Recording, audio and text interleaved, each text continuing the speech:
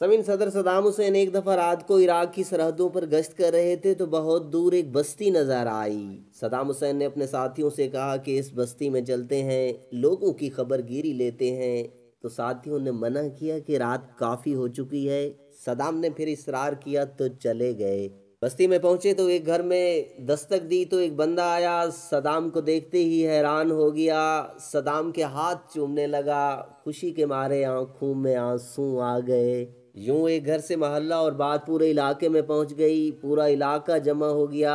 लोग सदाम हुसैन का मुसाफिया करते और खुशी से झूम जाते। सदाम ने कहा कि आप लोगों को कोई तकलीफ? तो लोगों ने कहा कि बहुत खुश हैं, किसी किस्म की तकलीफ नहीं। सदाम ने कहा बस मेरे लिए दुआओं की दरखास्त है। जब तक मैं जाग रहा हूँ उस वक्त तक चैन से सोते रहो। जब मैं चला गया तो तुम कभी सो नहीं पाओगे। तरीक गवाह है, सदाम जिंदा था तो इराक की बेटी भी महफूज थी, शाम की बेटी भी महफूज थी, यमन की बेटी भी महफूज थी। यूं समझे कि पूरा अरब सुकून की नींद सोता और सुकून की नींद उठता था।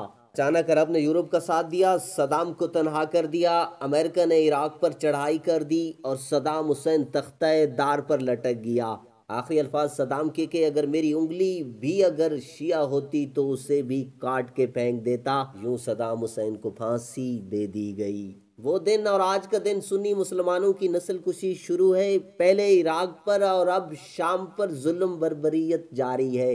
समीन इस दुनिया में जितने लोग हैं सभी के सदाम हुसैन के बारे में अपनी अपनी राय है। समीन सदाम हुसैन को जिस दिन फांसी दी गई उस दिन के अखबार में सुर्खी लगाई गई थी, सदाम तख्ता दार पर। कोई और शख्स सदाम से ज्यादा इस तख्ता पर पहुंचने का हकदार नहीं था, क्योंकि फांसी का फंदा अपने गले में डाले हुए बगदाद का वैशी, दियाए फरात का हिटलर, जिसने अनगिनत मासूम इराकियों को केमियाई असला के जरिए जो उसने अपने दुश्मनों के लिए बनाए थे मौत के घाट उतार दिया था। सदाम हुसैन की फांसी की कार्रवाई की निगरानी करने वाले फौजियों ने ये राज अब लोगों तक पहुंचाए हैं। एक सहपैर अमेरिकी पैरादार से सदाम हुसैन ने कहा कि मुझे कंबल ला दो।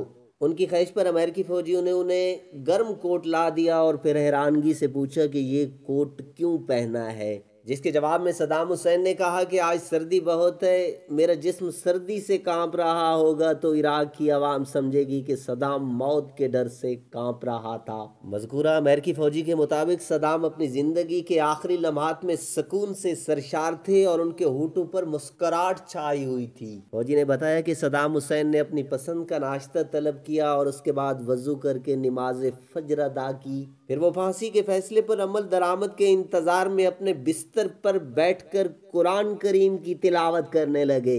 फौजी के मुताबिक अमेरिकी फौजी एहलकार सदाम की मुस्कुराहट से बहुत ज़्यादा खौफ महसूस कर रहे थे और मौत का सामना करते हुए सदाम के इंतहाई सुकून के सबब उन फौजियों का गुमान था कि अनकरीब कोई बम धमाका कर दिया जाएगा। समीन इस कहानी के बारे में एक कमेंट ज़रूर ज़रूर ज़रूर दीजिएगा।